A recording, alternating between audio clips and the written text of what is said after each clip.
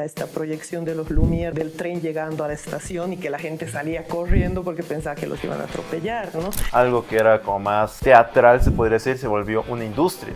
Sí, ha sido bien interesante y creo que tienen nombres y apellidos. Personas con una mente muy a futuro y que vieron en esta máquina la potencialidad. ¿Qué factores influyeron para que el cine se empezara a reconocer como el séptimo arte? Sí, además como industria. Desde que Méliès hace esta parafernalia alrededor, contrato actores, escenografía, empiezo a editar sobre la moviola y cortando con tijera y pegando las cositas. Estamos en 2025 y empezó como el auge de la inteligencia artificial. Y para usted, ¿cuál sería su opinión?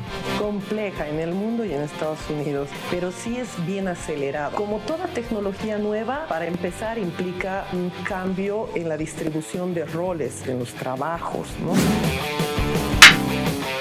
Hola chicos, aquí estamos en nuestro primer episodio titulado Volviendo a las raíces para avanzar. Este sería el oficial. Ya hubo un capítulo antes que sería como el piloto, pero ahora tenemos el oficial con invitados y esto es Luces, Cámara y Opinión.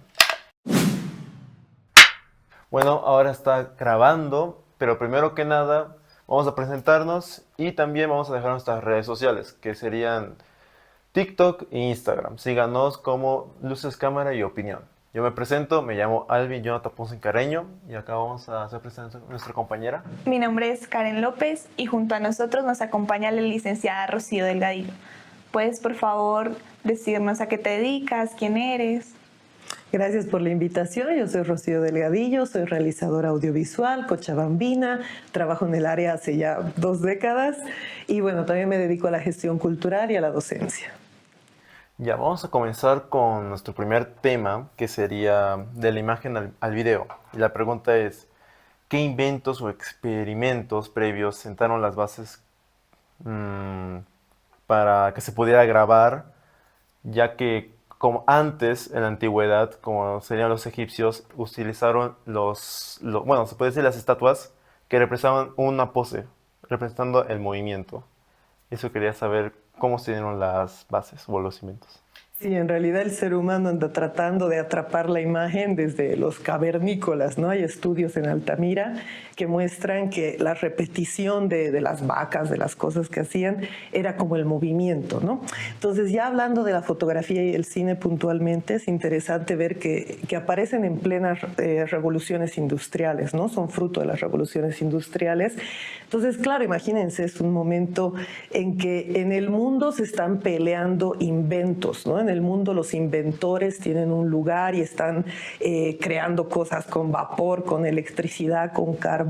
Entonces, desde la plancha hasta todo lo que conocemos sale de esos momentos y la foto y el cine vienen también, ¿no? Entonces, es un momento de alta competitividad, ¿no? Los inventores están peleándose, se están plagiando, se están copiando, también se hacen guerra sucia. Está Edison en ese interín como esta figura clásica que pasa a la historia con sus 200 inventos que no ha inventado él, ¿no? Se inventa la figura de las patentes, entonces los inventores tienen que decir yo inventé esto.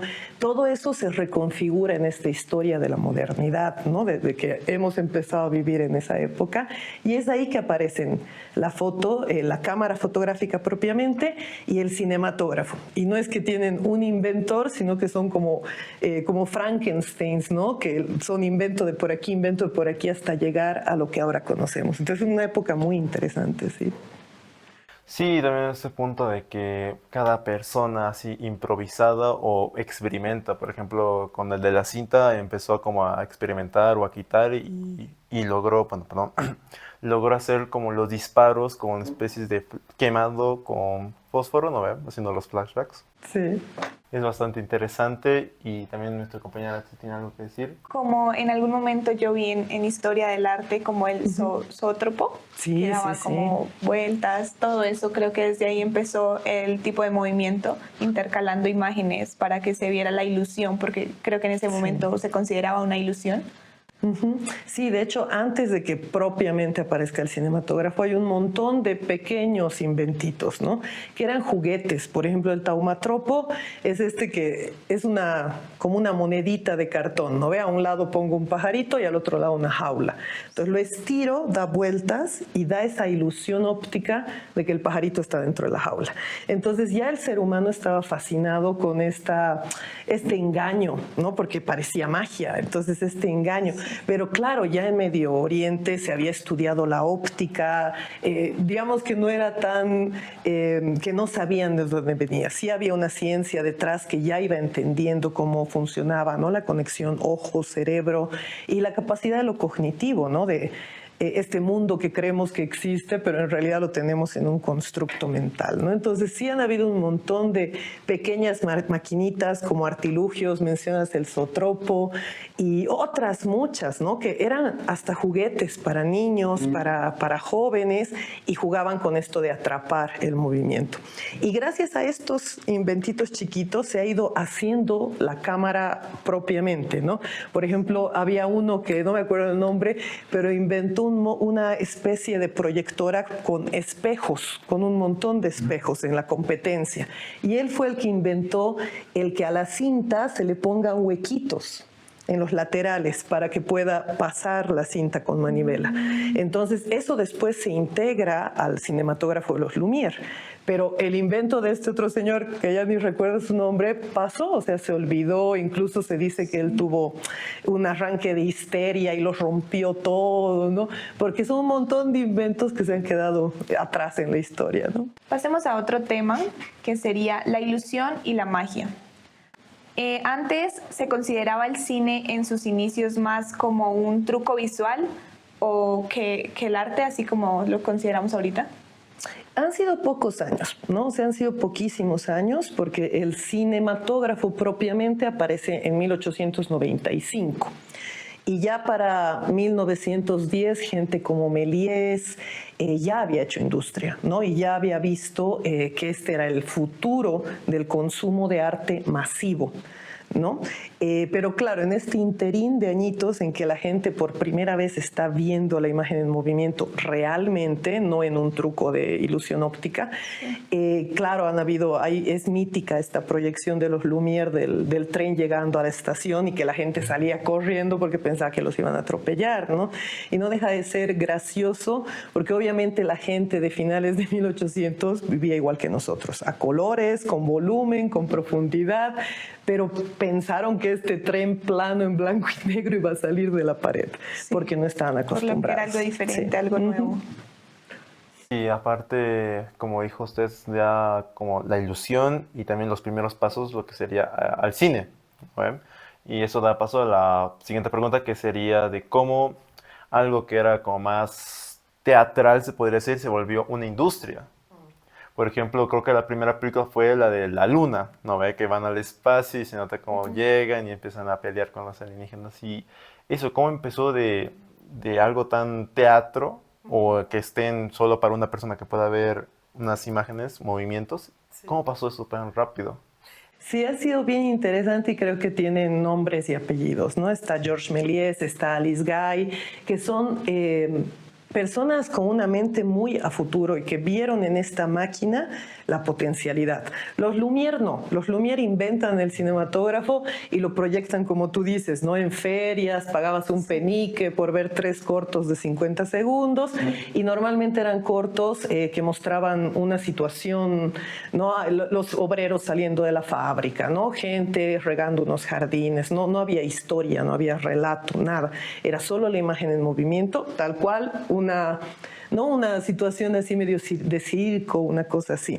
Y es Méliès que se dice que él vio el cinematógrafo en las primeras proyecciones, que entró como cualquiera con un penique y vio la máquina y él venía del teatro, venía de hacer magia, ya conocía la industria del espectáculo, cosa que los Lumière no. Entonces él ya sabía el tamaño que podía tener un espectáculo y una nueva tecnología en esto. Y él hace el primer estudio de grabación, él hace su primer estudio, que era un lugar donde solo se grababa, tenía actores contratados, escenógrafos, etc. Se dice que Méliès producía 2 películas, 2 cortos al día, uno una locura. Y claro, también está Alice Guy, que es la primera que cuenta un relato propiamente, ¿no? Que no estás haciendo un cuadro en movimiento, digamos, ¿no? O sea, la gente caminando, sino que hay un relato, hay un inicio, un nudo, un desenlace con el hada de los repollos. Entonces, esta directora es la primera que propone el relato.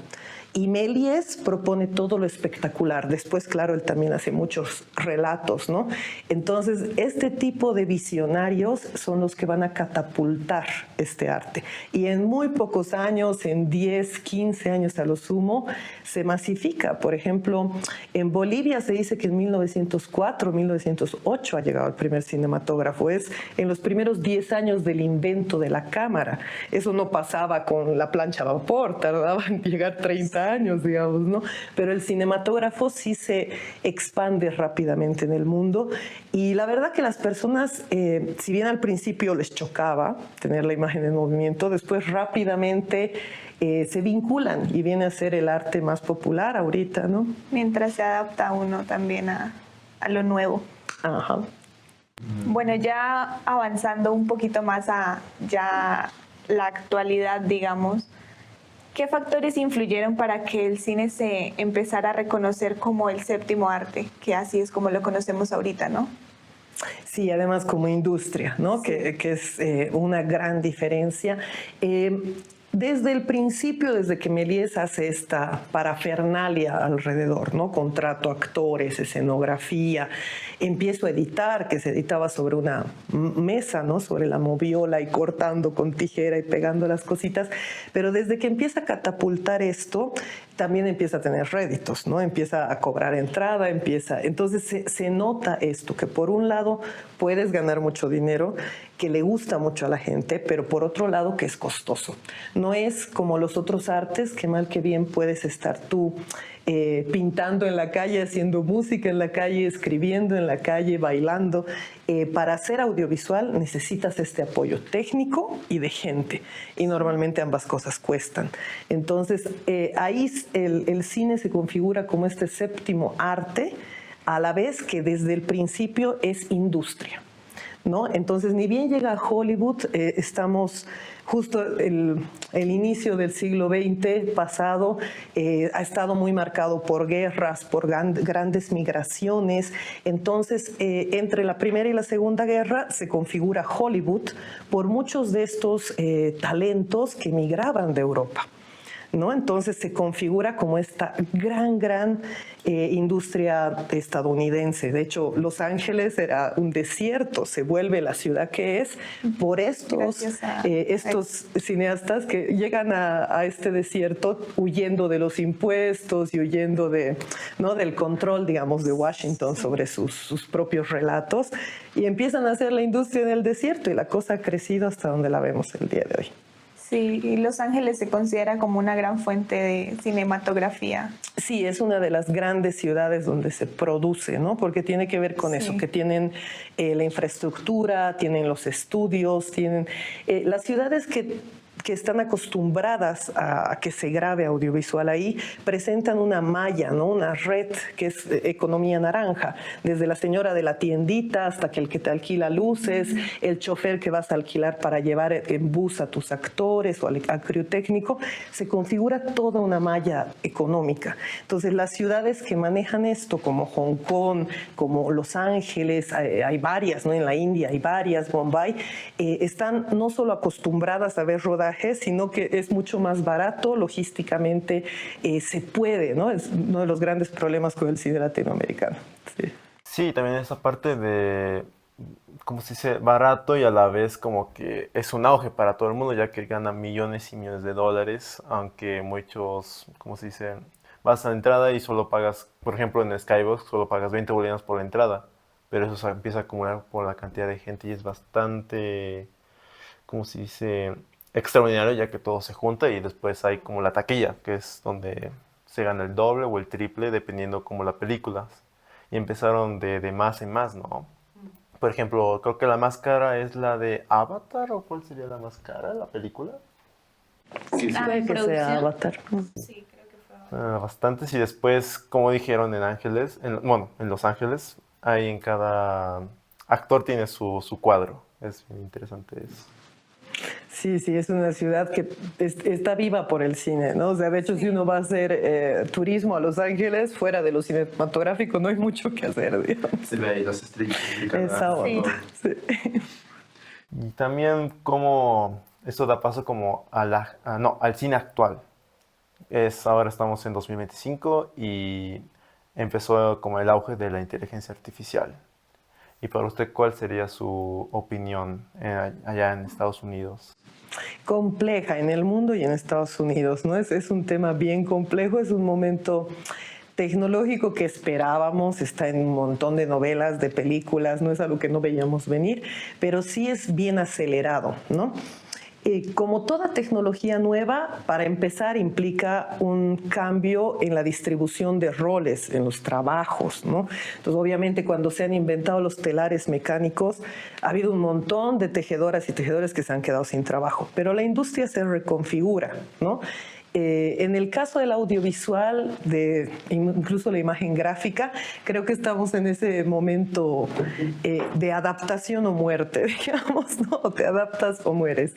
La IA y lo que genera, lo que se puede producir, está encima de nosotros. Hace 2 días han presentado a la primera actriz completamente hecha con IA y ya hay actrices y actores rasgándose las vestiduras. El año pasado hemos tenido esta huelga larga de SAG-AFTRA en Estados Unidos, en Los Ángeles, ¿no? En la meca de Estados Unidos y en la cinematografía, justamente porque los actores tienen muy claro que las grandes majors, las grandes productoras, están invirtiendo un montón de dinero en inteligencias artificiales, en desarrollo de inteligencias artificiales para hacer películas.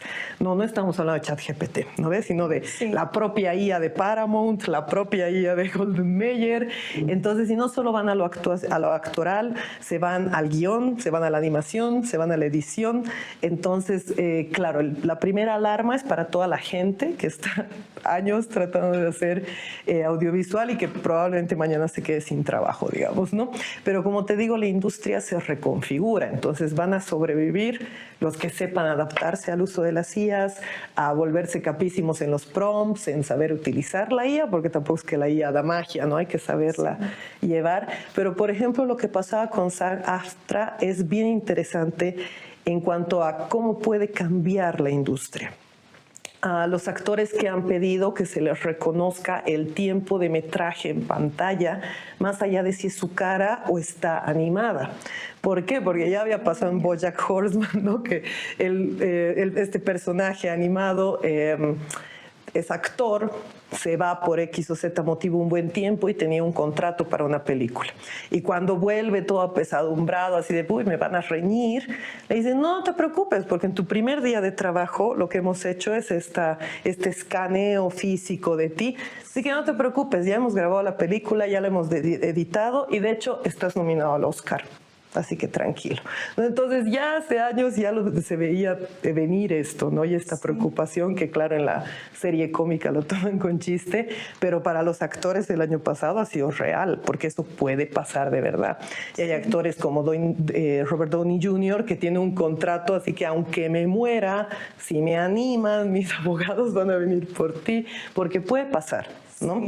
Entonces sí se está reconfigurando la industria, hacia dónde todavía no sabemos, hay que estar pilas en la adaptación y claro, las nuevas tecnologías muchas veces son útiles para la accesibilidad, por ejemplo, lo digital frente al cine latinoamericano, ¿no? Ya no tienes que comprar una cámara 35 milímetros, ahora puedes con una digital. Entonces va ayudando en ciertos sentidos, pero personalmente soy un poco pesimista en cuanto a que las majors, las grandes industrias, lo que quieren es vender. Así que si van a poder hacer, qué sé yo, Avatar 7, 8, 9 solo con IA y sin pagar a ningún humano, lo van a hacer, ¿no?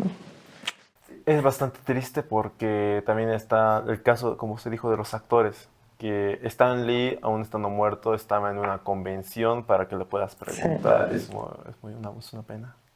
Bastante. Sí, hay músicos, ¿no? Que están trayendo a la vida de nuevo. ¿Habrían estado de acuerdo ellos? ¿Quién sabe, no? Sí, en ese tema hay como 2 que me acuerdo, que hizo colaboración con el juego Fortnite, que sería el Extension. Él murió creo que a los 20 años y aún sigue sacando música en YouTube. Bastantes álbumes y no lo dejan ni muerto. Cada rato están así. Es bastante. ¿Y usted cree que también la IA puede llegar acá en Bolivia? Porque en tema del cine boliviano. Porque creo que de las últimas películas que salió, bueno, que yo me enteré, fue El ladrón de perros. Sí. ¿Cree? Bueno, o sea, depende, ¿no ve? De que la accesibilidad a estas aplicaciones o programas está en Internet, así que está en Bolivia, digamos, ¿no? Ahorita tú puedes agarrar en ChatGPT y decirle que te lo haga el guión de tu materia. Lo logra. Pero la cinematografía es un poco más complicada. ¿Por qué? Primero, como te digo, porque las grandes productoras no van a usar ChatGPT, no van a usar OpenAI, no van a usar DALL-E.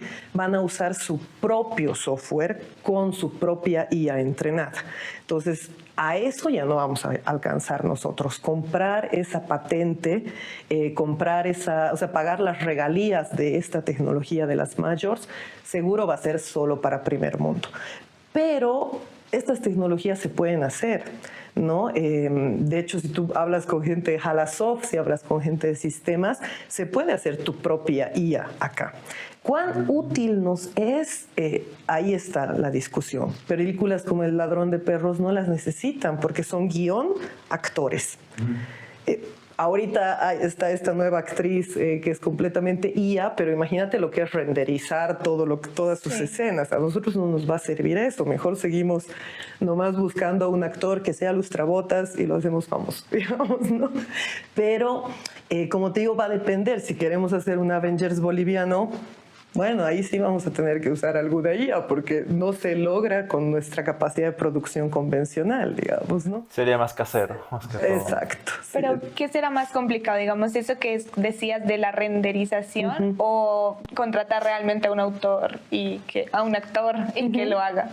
En el cine latinoamericano, tomando en cuenta, ponte esta peli que se ha tomado de ejemplo, es una búsqueda más humana, ¿no? Es una búsqueda, por ejemplo, este actor es un actor natural, o sea, no es un actor que ha estado en otras películas, de verdad era un lustrabotas paceño.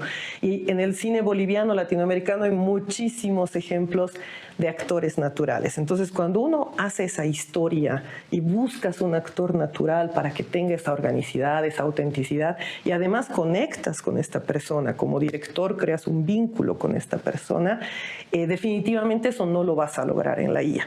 No es un camino fácil, es un camino lento, siempre ha sido un camino muy desafiante para los cinematógrafos y cinematógrafas latinoamericanos, pero el usar a esta actriz, digamos, para la Paramount, para la Metro-Goldwyn-Mayer va a ser más fácil porque es contratar, qué sé yo, a un solo animador, programador que va a hacer, ¿no? Te va a poner la cámara, te la va a mover a ella, la va a hacer actuar y él tendrá pues los procesadores para hacer esos renders. En Bolivia, pensar en pagar esa IA, pagar ese programa, pagar a la persona especializada o formar a alguien y tener los procesadores para aguantar esos renders, todavía está mucho más lejos que buscar, digamos, a un actor natural. Bueno, retomando un poco con el episodio piloto que hicimos antes, quisiéramos saber cuál es tu opinión referente a el cine que está ocurriendo ahorita en redes sociales, en plataformas como TikTok, en donde se están adaptando las películas para un formato de celular en que no es muy bueno, las cortan, hacen como cortos por episodios, digámoslo así, convirtiendo la película más que todo en una serie. ¿Qué opinas sobre eso que está pasando ahorita? Me preocupa, pero no me dejo de sentir como la viejita, ¿no? Mirando a la nueva generación. ¡Oh, ustedes! Pero sí me preocupa. No solo como docente, que claro, veo a la generación de ustedes. Tengo mi sobrinita que tiene 13 años, entonces me tiene al día, ¿no? De cómo están las cosas. Y claro, ¿no? Por ejemplo, con ella es como, veremos tal película. Ya la he visto. No la has visto. Sí la he visto en mi canal de TikTok en 7 minutos, ¿no? Entonces, claro, se me rompe el corazón, ¿no? Pero claro, obviamente veo ese video, necesito verlo para ver qué está pasando. Y sí, tiene que ver con lo que tú dices, ¿no? no es que sea un mal producto y que esos TikTokers lo estén haciendo mal, están haciendo resúmenes y resúmenes de películas se han hecho desde que las películas existen. El punto es cómo lo utilizabas tú. Veías el tráiler para ir a ver la película o veías el resumen para algo, pero no necesariamente en vez de ver la película. Y claro, es una versión súper recortada. Imagínate 120 minutos, los vuelves 7 minutos con un narrador que no tiene nada que ver con la historia y además estás de aquí yéndote aquí, entonces estás recortando completamente toda la propuesta audiovisual, creativa y artística que te están poniendo encima, ¿no? O sea, desde el fotógrafo, desde la actuación y ni hablar del guión. Entonces, sí, el problema que veo es que lo hablábamos extra cámaras, no está lo que se puede llamar brain rot o no, que las generaciones digitales, nativas digitales, están muy acostumbradas a ese picoteo de información, ¿no? Picoteo, picoteo, picoteo, picoteo, scroll, scroll, scroll. Sí. Entonces no te das ese tiempo para entender la información, para vincularte con la información. Las fake news son otro nivel ahorita, ¿no? Porque ni siquiera ves el canal de donde has visto la información, directamente lo vuelves un sesgo mental tuyo y te lo crees. Y claro, el audiovisual tenía otro ritmo, otro modo de ser tomado. Pero más allá de que me preocupe, no sé si tengo una propuesta, digamos, porque no es algo que honestamente vayamos a cambiar, es el mundo que ha cambiado, ¿no? Por ejemplo, desde la docencia me he dado cuenta que pasa mucho ya que no aguantan una película entera. No, hay muchas personas de la generación de ustedes que no aguantan ver una película de hora y media, de 2 horas. Y justo cuando lo estaba así como pensando, ¿no? Me daba la impresión de... salió una entrevista de la protagonista de Stranger Things, de la Millie Bobby Brown, que justamente contaba eso, que ni siquiera ha visto la serie, que ella no aguanta una película, ¿no? Y claro, ahí después salió la Winona, no hablar de la diferencia, por ejemplo, que encontraba en Jenna Ortega, que es una changuita que puedes hablar de cine cubano con ella y conoce. Sí. Entonces, claro, si el público de ahora ya no aguanta un largometraje, ¿qué quiere decir? Que se van a ir dejando de hacer largometrajes. O sea, no sé hasta qué punto podemos cambiar al público para que vuelva a agarrar estos formatos que mal que bien ya son pasados, ¿no? Entonces, por eso te digo que desde un pesimismo que me caracteriza, creo que estamos en un punto de adaptarse o morir, en todo sentido, ¿no? Va a cambiar el modo en que trabajamos el audiovisual e incluso los grandes formatos que llevan más de un siglo siendo el formato, el largometraje, están encontrándose un gran muro con el nuevo público. Y es por la fragmentación a la que estamos acostumbrados. Y si esto sigue así, ¿usted cree que, bueno, como al inicio del cine siempre fue como experimentos y ya como la primera mujer que hizo un largometraje narrando una historia, ¿usted cree que vamos, en vez de avanzar o adaptarnos sería más retroceder a esos inicios y solo mostrar más que todo acciones, más como cine mudo? ¿Usted cree eso? Ojalá que no, ojalá se vayan encontrando rupturas, ¿no? O sea, las nuevas tecnologías siempre han tenido a los grandes nombres del momento en contra, ¿no? Cuando llegó el cine sonoro, la gente, los grandes directores del cine mudo decían, no, eso es una moda, eso no va a pasar. 3 semanas después ya no había cine mudo, tenías que hacer cine sonoro. Ha pasado lo mismo con el color, que lo tomaron como, no, eso es distracción, ¿no? Llegó lo que el viento se llevó y te probó todo lo expresivo que puede tener el color. Y con lo digital ha sido peor, ¿no? Con lo digital era más bien tú no estás haciendo cine, tú no estás haciendo audiovisual. Cuando yo era changuita, yo he sido la generación sándwich, digamos, ¿no? Yo he trabajado con cinta magnética, conocía la cinta de celuloide y he visto llegar lo digital. Entonces los cineastas de esa época, nosotros trabajamos con VHS, mini DV, camaritas así. Sí. Y los cineastas de esa época nos decían, ustedes no, o sea, son videastas máximo, pero hasta que no agarres 35 milímetros, hasta que no la tengas en tu mano, no te puedes llamar cineasta. Y era como, pero ahora viene lo digital, ahora ya ni siquiera va a ser cinta, va a ser un chip. Y le sonaba así como, eso no va a pasar, eso es imposible. Y bueno, el boom de Matrix probó que el digital era lo que venía. Pero se seguía manteniendo el formato, ¿no? En estos 3 cambios tecnológicos seguimos hablando de largometrajes más o menos de la misma duración e incluso de la misma narrativa o de las mismas estructuras, ¿no?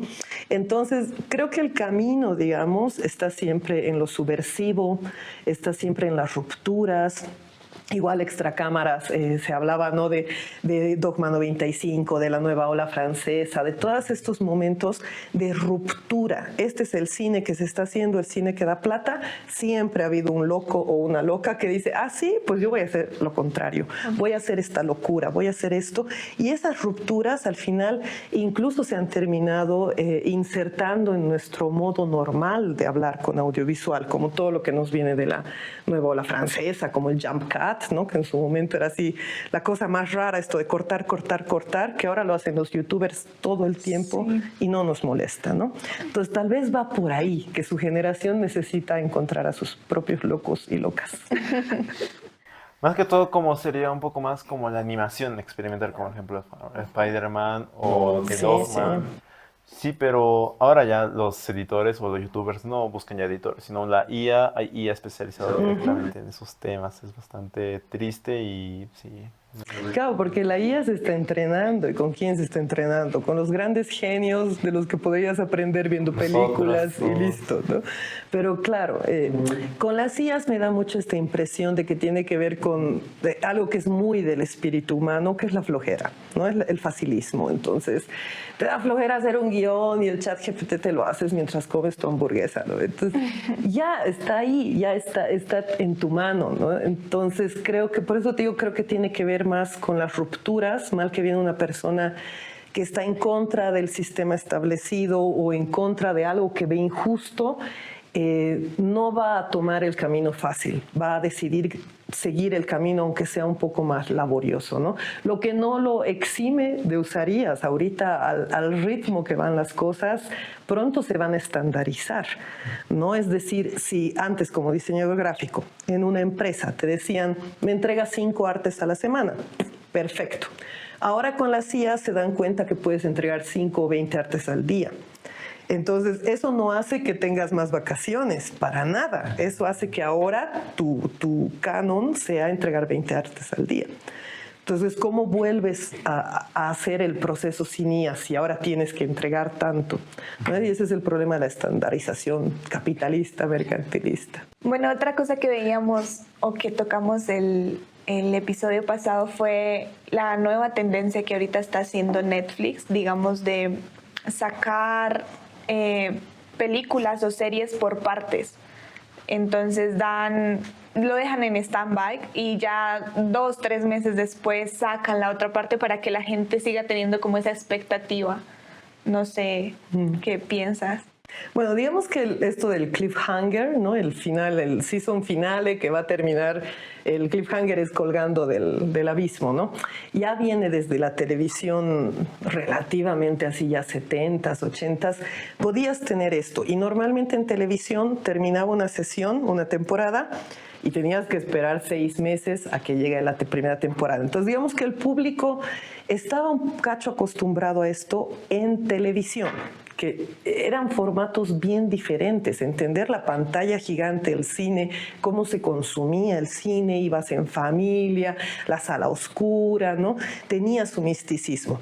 La televisión era, pues, desde la caja boba, ¿no? Es la cosa que tienes en tu living y lo tienes ahí, aunque seas de audio de compañía, vino un poco a estar en vez de la radio en ese sentido, pero la gente sí lo tenía como que la tele era más barata, más, no necesariamente mediocre, pero sí se veía como en un segundo nivel más abajo, ¿no? Era el cine y la tele. Entonces ya 90s, 2000, la tele empezó a ir a otro lado. Primero porque los canales de cable ya tenían más financiamiento y salieron The Wire, Soprano, Lost, series que tenían una visión cinematográfica audiovisualmente hablando. Ya no eran en el sitcom, ¿no? Sino que tenían no solo escenarios gigantes, sino guiones complejos, guiones que ya no, o sea, hay series que no puedes ver el capítulo 1 y ver el capítulo 8, tienes que ver todos los capítulos. Y esas fueron las que más empezaron a hacer esto del cliffhanger, digamos, ¿no? Sí. Pero como te digo, venía de la tele. Ahora, ¿qué ha cambiado con el streaming? Que lo tienes todo ahí, tienes todas las temporadas ahí. Claro está, de una temporada a otra nueva, como las series nuevitas, Merlina, Stranger Things creo que lleva 2 años, 3 años, ¿no? Entre una y otra. Sin sacarla. Tiene que ver con todo este proceso audiovisual, que no es, aquí está la siguiente temporada, toma su tiempo. Entonces no le veo tanto problema, digamos, a la espera. De hecho, incluso ayudaría frente a esa impaciencia que se tiene en el celular. Sí. Pero sí, el gran cambio que han hecho los streamings es dar un menú de saturación. Y esa es la gran estrategia que tienen. El punto es que tú te suscribes a Netflix y tienes un catálogo que parece infinito, que parece que nunca se va a acabar, de cosas malísimas, de cosas buenísimas, de cosas intermedias, pero tienes un catálogo completamente saturado. Y eso a nivel de costos sale de la lógica anterior, ¿no? O sea, antes las productoras decían, ya justifícame tu proyecto a ver si te doy plata. En cambio ahora es como producir, sea lo que sea, producir para que haya un montón. Entonces, ¿eso cómo tiene tu cerebro? Lo tiene embobado, pues, ¿no?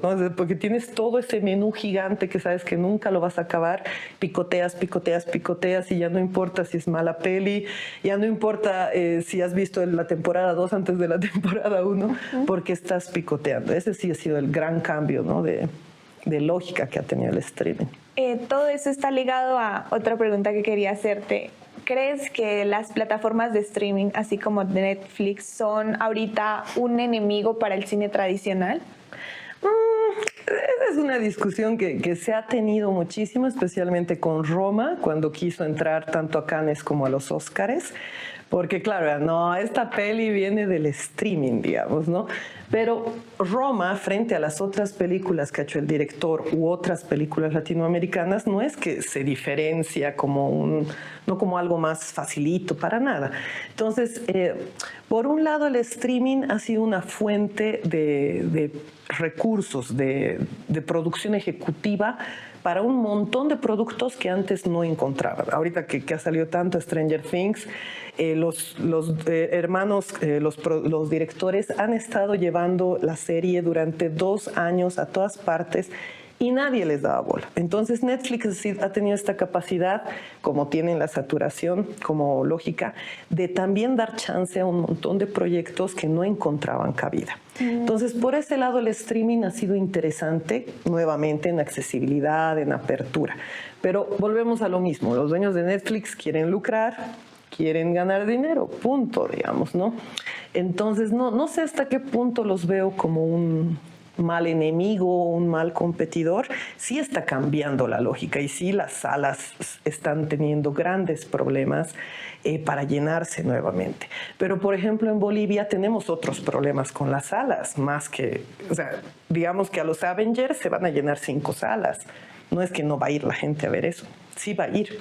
¿No ve? Entonces no es que Netflix le está quitando gente a las salas. El problema que normalmente tenemos con las salas en Latinoamérica es que las distribuidoras se agarran solo películas mainstream, solo las películas muy patrocinadas, muy financiadas para que vayan a sala, y tener 1 o 2 semanas una película boliviana es una gestión así de lágrima de sangre, ¿no? Entonces, el streaming, digamos, no te está jugando en contra. En Estados Unidos, sí, o sea, sí las salas tienen un bajón histórico, pero no sé hasta qué punto sea un enemigo el streaming. No sé, es una nueva tecnología. El poder ver películas en tu casa ha cambiado muchas cosas, pero no sé si necesariamente es el enemigo de esta otra cosa. También, ¿por qué la gente ya no va a salas? No solo es porque tiene las pelis en streaming, ¿no? O sea, también creo que llega un momento de saturación con el cine con el cine mainstream, ¿no? Con este cine comercial, que al final es súper repetitivo, etcétera. Entonces, creo que va más por pucha, ir hasta el cine, gastar más plata para ver la misma mejor me quedo viendo nomás en Netflix. Pero si el cine te estuviera dando una peli que te va a cambiar la vida, irías nomás pues, al cine. Eso también pierde bastante lo que sería la experiencia de estar y oírla y verlo, porque también es un poco más de la industria que fue como, no puedo decir esta palabra, pero suele ser más como educando a la gente, ¿no? Es como, sale el tráiler, dicen, película Luca, salen 2 semanas de stream, así, disponible el stream después. Es como o sea, que fue, ¿cómo se dice? Mal acostumbrando a la gente, lamentablemente, y eso va continuando más con el cine. Y también, como ejemplo, Netflix, como usted dijo, es como que hay veces que sí y no, porque Netflix está más al lado del stream y que sí o sí quiere más o menos que nadie vaya al cine. Porque hay una película también en streaming que estuvo muy popular, que creo que sería Demon Hunters, que de todos, así, que todos hablaban, querían ver. Y Netflix dio la autoridad, por primera vez, que salga en cine. Pero solo un fin de semana. Y solo en Estados Unidos, lamentablemente. Y nunca mostraron la recaudación en Estados Unidos. Y eso da en pie como que, si estás de nuestro lado o no estás de nuestro lado. Eso es muy Claro. Por ejemplo, Netflix, les comentaba esto de Roma porque se ha tenido que abrir justamente a las películas en sala por tiempo exclusivo cuando las quiere llevar a premios. Porque claro, no lo hacían, no necesitaban, les bastaba una semana en sala por X o Z motivo, ¿no ve? Pero cuando han querido ir a los Oscars, cuando han querido ir a Cannes con Roma, les han dicho no, porque esa película no estaba en salas. Estaba en streaming. Sí. Entonces Netflix ha cambiado su modo de trabajo. Ese cacho ha puesto a Roma en salas, obviamente, ya cumplió, pero ahora hace eso con películas que son oscarizables o de festivales clase A como Cannes, Venecia, etcétera. Primero las pone un par de semanitas en sala para cumplir este requisito y después lo pone a streaming. Es que también hay que entender que Netflix no solo gana con la suscripción. O sea, no está... Digamos que a los dueños de Netflix tampoco es que les interese competir contra las salas, porque son dos cosas todavía diferentes. Netflix de lo que gana es de las analytics. ¿No? O sea, los de Netflix sabe cuántas veces retrocedemos a qué escena, cuántas veces pausamos para mirar al actor y suspirar. Netflix sabe exactamente cómo consumimos y ese data es plata. Porque eso lo puede vender a la Paramount, lo puede vender a la Metro-Goldwyn-Mayer, lo puede vender al representante de un actor, ¿no? Son parámetros que te van definiendo los nuevos productos y la industria. Entonces, de ahí saca plata. Entonces, tampoco está tan interesado, digamos, en competir con la taquilla. Como te digo, cuando ha necesitado usar salas para competir en festivales, lo ha hecho, porque tampoco le importaba mucho. Entonces va más por este otro lado, es que son dos consumos diferentes. Sí me preocupa también, me alarma que las salas se vayan vaciando, pero como te digo, creo que es más por la falta de vínculo que al final se está generando, ¿no? O sea, saturas a la gente con este cine comercial que igual lo vas a encontrar en streaming o lo vas a encontrar en DVD, digamos, ¿no?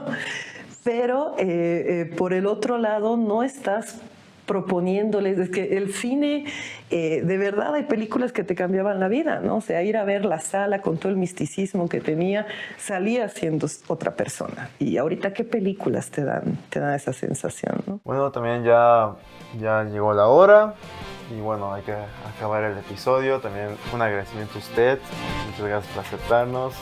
También puede despedirse ante la cámara. Gracias a ustedes también por la plataforma y me parece muy importante este tipo de iniciativas. Lo más importante para su generación es cuestionarse, sigan cuestionándose todo. Sí, muchas gracias. Muchas gracias. Bueno, eso sería todo. Recuerden seguirnos en nuestras redes sociales que tenemos en Instagram y TikTok. Síganos porque ya la siguiente semana ya llega nuestro segundo episodio. Síganos, esto es Luces, Cámara y Opinión.